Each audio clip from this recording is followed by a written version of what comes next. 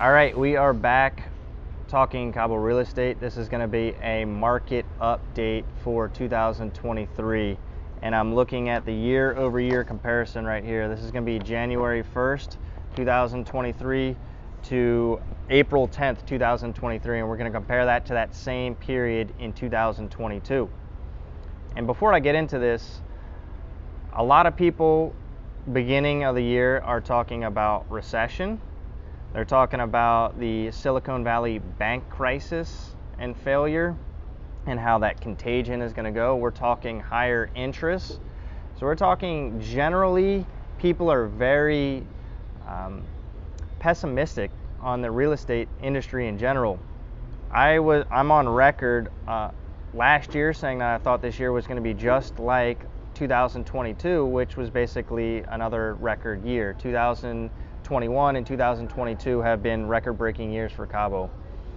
So I was wrong, because the real estate market is actually doing better through the first 4 months of the year than it was last year.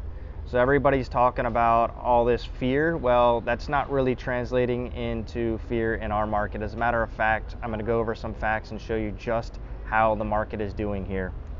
So first and foremost, through April 10th of this year, 2023, we've sold $520 million worth of real estate on the MLS versus last year, which was $448 million. That is an increase of 16% in total sales. So once again, sales have gone up from last year so far. And that number, we are obviously in peak season right now, so that's a lot. We start to see a little bit slower in the summer, but still we are on pace to do better than last year at this point. Another very interesting fact is that condo sales have increased 95% throughout Baja in compared to last year for these first 3-4 months, okay? Which is very interesting because especially in places like Cabo San Lucas, you basically have condos and then you have more condos, right?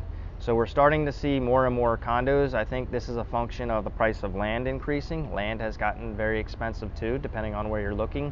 A lot of these developers know that if they go vertical, generally can build 4 stories depending on where you're at. That's a good way to maximize the value of that more expensive land as opposed to doing a housing community. So that's why you are seeing a lot more condos, but that is a trend that is happening. Another thing that's very interesting, I want to ask you a question. Do you think that there's been more growth in real estate sales on the Pacific side or in the East Cape? And there's a very resounding answer here, and both are growing very quickly, by the way, but the Pacific is absolutely just blowing up.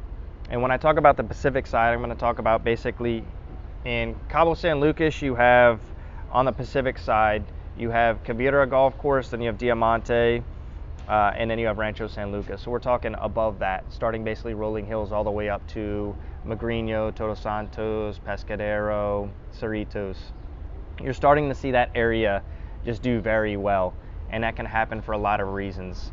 I really like the climate on that side. Another thing that is very interesting about that compared to the East Cape, the East Cape is very scattered, right? So it's a kind of a group of regions, so to speak. You don't really have an anchor.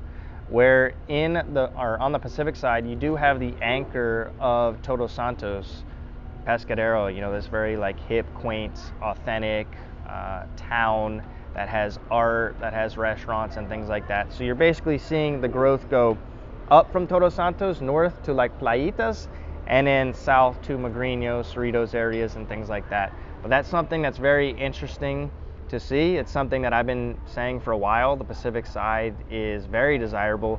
I see that kind of California 2.0 in a couple years in a good way, but I think the prices will reflect that. So anybody who's getting in on the Pacific side now probably do very well.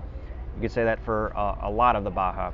And just to let you know before I go any further, Baja California Sur has the most sophisticated MLS system in Latin America. So we're pulling numbers from the MLS here, and that represents a very large portion of the sales. I would say 90 to 95% of the sales that happen in Baja Sur are going to be on the MLS. Yes, you have large tracts of land that are off-market deals, but for the most part, when you come down here and work with an agent, you'll be working with somebody who is licensed through the MLS, and that's something that's very important because that's how you are not going to get screwed. be sure to work with an agent that is licensed on the MLS. Another thing that is very interesting about these MLS numbers is that the average sale price increased 47% in Baja.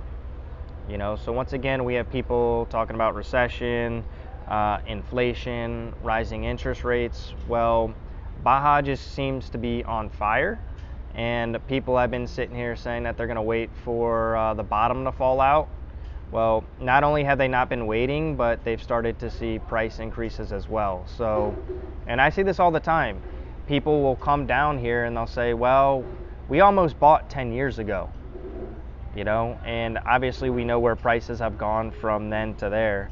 And then they'll come down and they'll say the same thing. So the people that are watching the market and they're ready to pull the trigger, those are the people that are getting in, right? And I think Baja is a 15-20 year growth story right now.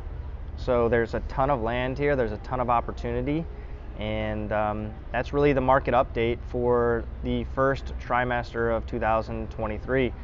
We have seen no drop off. A lot of people have been waiting on the sidelines. Well, I wouldn't say a lot, because a lot of more are buying, but that's just the reality of what's happening in our market. So if you need any help with real estate, feel free to reach out. You guys have a good one. Hasta luego.